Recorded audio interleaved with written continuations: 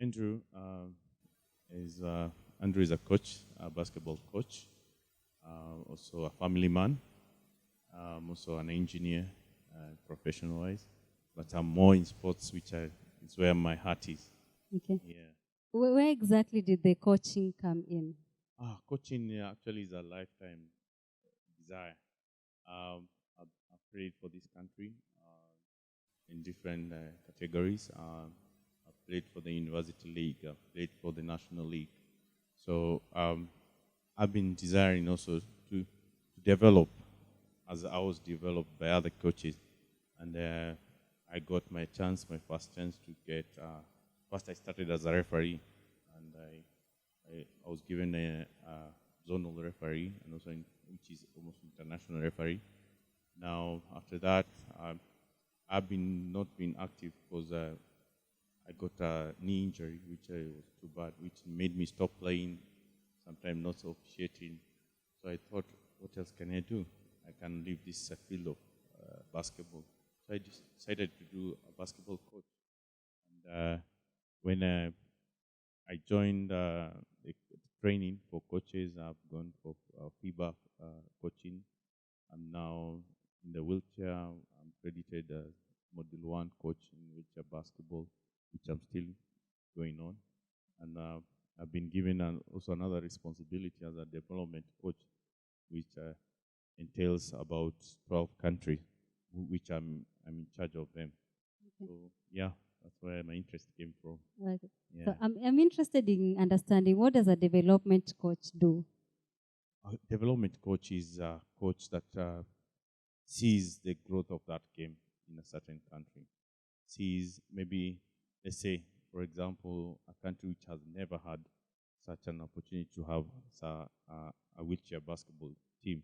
So mine is go there, look who is in that federation, try and encourage them, and also give them some skills to come up with a team. Yeah. As a coach, what does it take to train your team for local and international games? Wow, a lot. You can imagine these are not guys who are working. Yeah, and they are from homes maybe where they are not able to facilitate them. Sometimes it takes me to go and look for them where they are. Sometimes you find some of them have nothing to, like food. We have to look for something for them. Sometimes you find these guys don't have bus fare for tomorrow. You have to look for bus fare for them to make them able to come to the basketball pitch. Sometimes you find some of them, like now, maybe a rainy day, you'll find challenges for them coming to the court. So what do? You have to get them where they are. Yeah, facilitate them to be in the court. Mm-hmm. Yeah. Talking of facilitation, how do they move about during transportation and all that? Wow, you can imagine in a public matatu with a wheelchair. These guys have to pay for the wheelchair to be in a seat. These guys have to, some of them have to come from town, Nairobi town, up to Nyao Stadium, wheeling. Some of them have to come from home, wheeling up to Nyao Stadium. By the time they get there, they are worn out. They are worn out. So now, those are the kind of challenges they are facing. Yeah. Have we done enough as a country to make the environment barrier-free for persons with disability? Out of 100, we are at around 40%. Because we find even our stadiums, like you saw, mm-hmm. they are not friendly for wheelchairs. Yeah. Mm-hmm. Tell me, if they were supposed to sit down, where would they sit? Yeah. Will they sit on the side of the court with their wheelchairs, which is dangerous for them also? When they're coming to the gym, the transport system, they have to crawl up the cars, the buses, hold their wheelchairs, put them in the chair. They have to pay for an extra fee. If I'm paying 50 bob for my seat, the wheelchair takes 2 seats. Pay 100 bob, that's 150 shillings. Per day, you find a player using almost 300 or 400 shillings. Then you're training 2 days a week.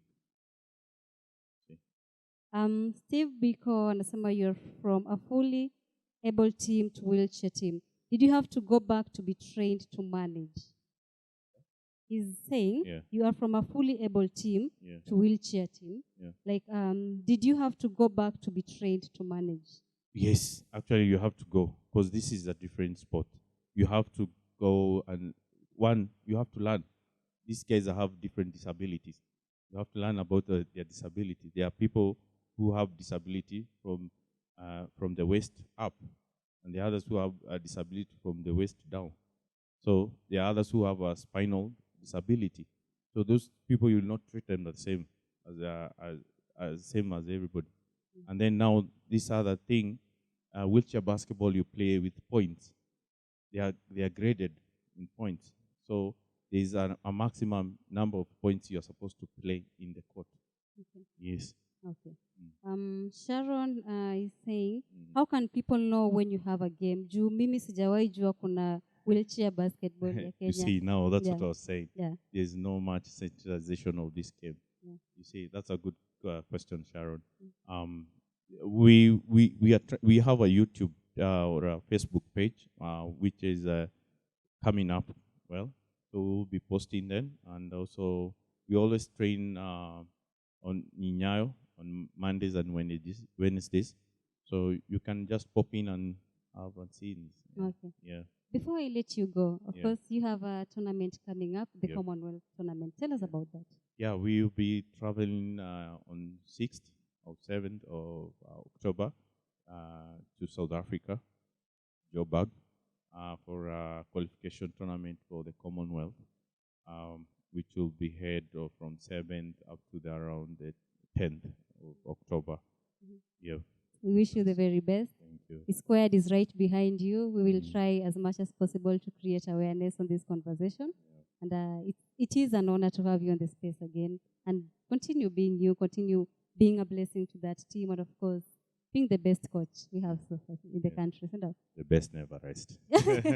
Did you like what you just watched?